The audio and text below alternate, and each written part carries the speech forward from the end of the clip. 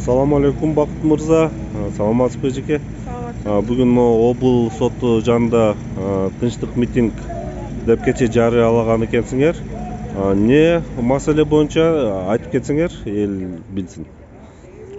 2019 жылы Жалал шаардык прокуратурасы Жалал шаарындагы курулуш фирмаларын сотко берген. Мыйзамсыз протосар депчи. Курулуш фирмалары өзүнүн кемчиликтерин толук жойгонуна карабастан туруп, прокуратура исктерин алгандан баш тартты. Соттор болсо, алардын доорузун канааттандырып койду. Бүгүнкү күндө дом толук менен бүткөн, адамдар жашап атат, суу, электр энергия, майда чүйдөй баары берилген, бирок документ иштери бүтпөйт. Анын айынан адамдар колуна документ ала албай атат. Балдарын садикке, мектепке деген жерлер проблема чыгып атат да. Ишкерлер өзүнүн кызыл жеринде үйлөр куруп атса, эмнеге прокуратура эмес сот бүттөсөт? Бир эле себеп менен акча сурап атат да. Биз акча бербейбиз. Ошол. Эки жака жаздык. Мындай айтканда, жыйынтык чыкпады, эми өзүнүн талаптарыбызды талашып келдик. Мындай айтканда, бир-эки адамды чөнтөгүнүн кызыкчылыгы үчүн ушунча адамды укугу тебеленип атыптыр да. Ооба. Сиз эже ким, жашоочусузбу же? Саламатсыздарбы? Биринчиден ушул жергиликтүү жашоочунун бүгүнкү жашоочулары мен Жокобаева Нускан Сапарбаевна ошол Дос курулуш компаниясынан Чыңгыз Айтматов ордосундагы жаштык 23-үйдүн 11 батиринин домкомумун. Бизге ушул 3 жылдын жүзү болуп калды. Бир баардык жашоочулар ошол жерден үй алып, бизде 60 батир бар. 60 батирден азыркы учурда бизде 50-сү жашайт. И ону эми келди кетти Россияда мигрант болуп, балдарын таштап, ушинтип жүрүшөт. Биз баарыбыз азыр кирип жашап жатабыз ошол жерде. Но биздин документибиз жок. Колубузга документти бербей жатышат. Биз Дос курулуштан требуют этсек, эмне себептен ушул күнгө чейин биздин документибизди бербейсиңер десек, булар айтып жатат. Бизге прокуратура, облсот, городской прокуратура, городской сот бизге бунтосуп, биз ушул өзүбүздүн жерибизди алып үй курсак, ушул үйдүн документин бизде документтештирип бербей жатат. Ошол себептен биз бербей атабыз деп атат.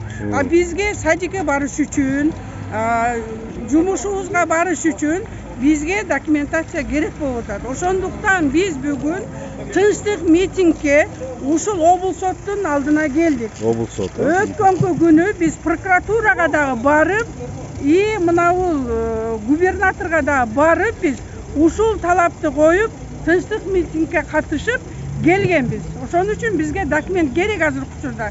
Эч бир ушунча жашоочу документи жок, азыр көчөдө жүрөбүз.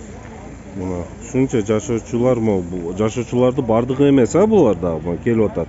Ооба, бардыгы. Келип атат. Мына бүгүнкү күндө бир-эки адамды кызыкчылыгы үчүн эле ушунча адам ыңгайсыздык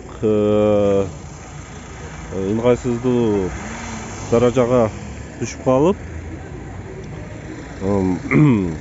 документсиз калып калган экен. Мына бүгүн ошол тынчтык митингге чыгыптыр облус сотко алдыга. Ойлоруңарды жазгыла.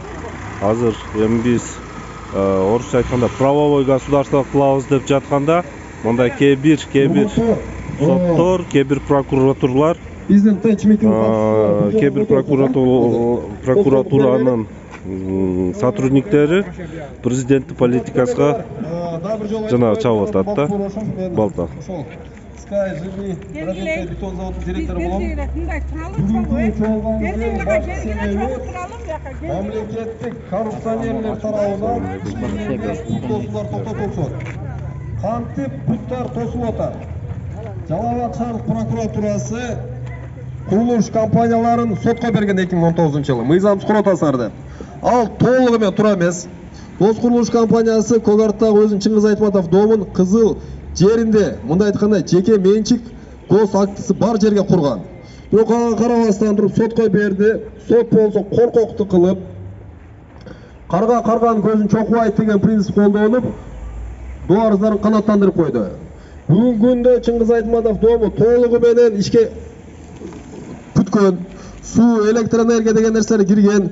Бирок ага карабастан туруп соттук процесстерди атайын чоюп, документтерин бүтүрбөй берип атат. Ал себептен ошол жердеги жашоочулар өздөрүнүн үйлөрүн бүтүрө албай атат. Документтерин ала албай атат, балдарын киргизе албай атат сайдык мектептерге. Биз жөн эле мыйзамдуу нерсени талап кылып атабыз. Сотко бердик, прокуратурага жаздык, бирок эч кандай жыйынтык жок. Наркы жума жогорку соттун төрагасына приемга жазылып барып келдим. Барып түшүндүрөм, мынеке сотторуң мындай мыйзамсыз чечимдер кабыл алып атат. Жардам бер десем, макул келди да барганда кабыл албай койду. Бул эмне деген бюрократия? Биз Жалал Абадтан убара болуп барсак, эч кандай себептерди айтпай, не кабыл албай. Алар ким? Алар мамлекет кызматкерлер. Алар бизге окшогондорго кызмат кылыш керек. Биз ишкерлербиз, жумуш берүүчүлөрбүз, ошончо адамдарга жумуш берип атабыз. Бизге мамлекеттен эч кандай жардам керек жок деп атабыз. Грант, кредит деген. Бизге бир гана талап пут дос болсун. Пут дос болсо өз жумуш ордундарын түзөбүз, айлыктарды көбөйтөбүз жана ушундай кылабыз. Бирок ошондой пут досулардын айынан азыркы учурда эмне көрөсүңөр, айлык берүүбүздө эмне үзгүлтүгө учурат.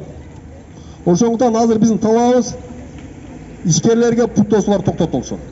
Азыр сотко киребиз, айтабыз, мынеке, эгерде биздин курулуш компаниянын кандайдыр мыйзамсыз аракеттери болсо айт, мынеке, биздин ошо элдин көзүнчө. Сенин аракеттериң сот, мыйзамсыз мен документтеримди ага далилдеп берем. Өгүн прокурорго киргенде эле. Өгүн кирдик, прокурор көрүңөр, дудаланып эч нерсе айта албады. Азыр ошондой кылабыз. Кийин урматтуу коллегалар да, силер ичиңерге жөнөй бересиздер. Бул жактан жашоочулар бир буш болуп азыр президент Өзгөнгө Кемпирабадка келетиптир. Ошол жака барып президентке учурап келебиз. Ватмандар бар, плакаттар бар, барып айтып келебиз. Урматтуу президент, сенин бул жактагы чиновниктериң бети жокту кылып, ишкерлерге пут тосуп, да, биздин документтерибизди бүтүрбөй атат. Президент айтып атат, мыйзамсыз баса алып аткан жерлерди мыйзамдаштырып бергиле десе, мыйзамдуу жерлерди мыйзамдаштырбай атат. Акча сурап атат. Айтты койгондо $50,000 сураган пара. Бирок $50,000 биз аларга 50 тыйын дагы бербейбиз. Неге биз ушунча жумуш ордундарын түзүп, салык төлөсөк, дагы бир чиновник, бир коррупционерге взятка бериш керек экенбиз. Ошондуктан, урматтуу коллегалар, сүйлөсөңүз сүйлөп коюңуз. Азыр бир катар тизилип, ышкырыктар берилген да, плакаттарды алып, облус сотко жөнөйбүз. Урматтуу жашоочулар, мен ошол домдун обкому катары бир сунушту айткым келип атат.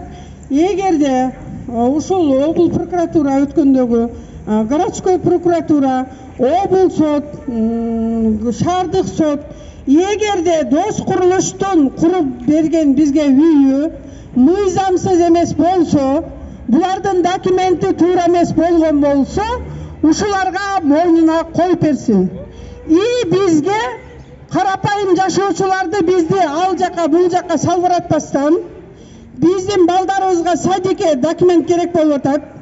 Иштеген жумушчулар азыр иш орундугун биздин урматтуу Садыр Жапаров айтып атпайбы? Бизге окшогон жарандар ар бир куруп койгон курулуштарды, жеке менчик үйлөрдү мыйзамдаштырылбай, документтери жоктордун красный книгаларын, тек паспортторун өз жайына коюп, мыйзамдын негизинде жасап бергиле деп атат. Бизге 2019 жылдан бери алган үйүбүздө 3 жылдын жүзү болду. Биз документи жок жүрөбүз. Балдарыбызды садикке бере албай атабыз. Өзүбүз ишке барганда ар кандай справкаларды мен кайсыл жерде жашайсың? Мен мисал үчүн Оштон ушул үйдү самап, ушул жака турмуш шартыма байланыштуу көчүп келгенмин. Мен 3 жылдан бери же пропискам жок, же үйүмдүн документи жок. Ар бир 60 жаран кыйналышып жүрөт. Биз неге мынтип кыйналышыбыз керек? Неге бизди мамлекет кыйнайт? Ошон үчүн биз бүгүн тынчтык митингге келдик. Эгер ушу дос курулуштун төрагасында күнөө болгон болсо, документтери туура эмес болгон болсо, бүгүнкү мына биз менен жүргөн Бакыт Борошовдун юрист катары бизге берген документтери туура эмес болгон болсо, договору бизге тууралап берсин. Эгер закондуу жүзүндө ушулардын документтери туура болгон болсо, бүгүн облус сот бизге чыгып айтсын. Булардын мондой документинде туура эмес, бекерден жарандар бара болбогула. ушул документти мыйзамдаштырсын, анан силерге документ берет деп айтсын бизге. Biz ne üçün karapayım elder stradать eti uşunduk жүрүшүбүз керек. Бүгүн канча адамдар жүрүшүбүздү таштап келдик ушул жерге. Бардыгыбыз чогулуп келгенибиздин себеби бир гана нерсе, биз тынчтык митингге биздин Чыңгыз Айтматов ордосундагы жаштык 23 домунун tek pasportun ertegünde bizge mıйзамдаштырып kolunuzga bersin. Biz только ушуну жарандык активисттер сиздерде турасыздар. Biz только ушуну гана талап кылабыз. Биздин башка мамлекетке эч кандай дообуз да жок, башкабыз да жок. Карапайым эл ар бири өзүн багып, өз каражатын өзү жасап жүрөт. Мен ошого гана суранып кетем бүгүнкү бул соттордон. Ушуну бизге мыйзамдуу түрүндө чечип берсин. Çok rafat, Ece, en turu sözleri ayttınız. Bir let talap da. Put tospay, yüzdü mıйзамдаштырып bersin.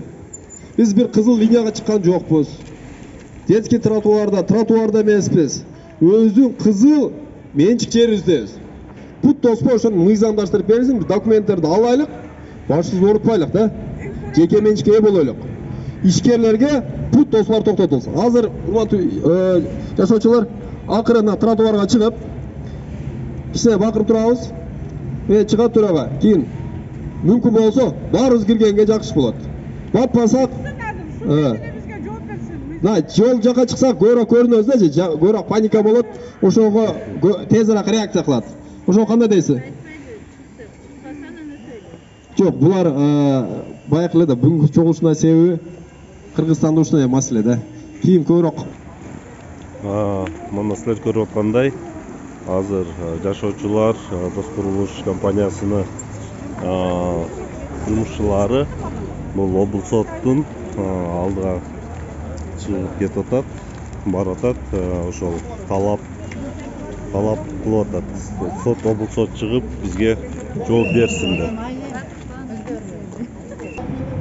Мына тынчтык митинг уланып атат.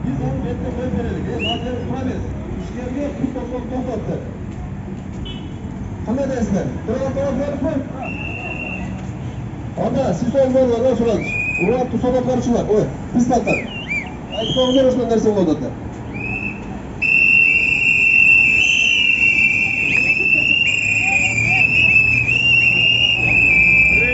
Ana коомдук гражданский общество иштегени ушундай болот. Банкомажа.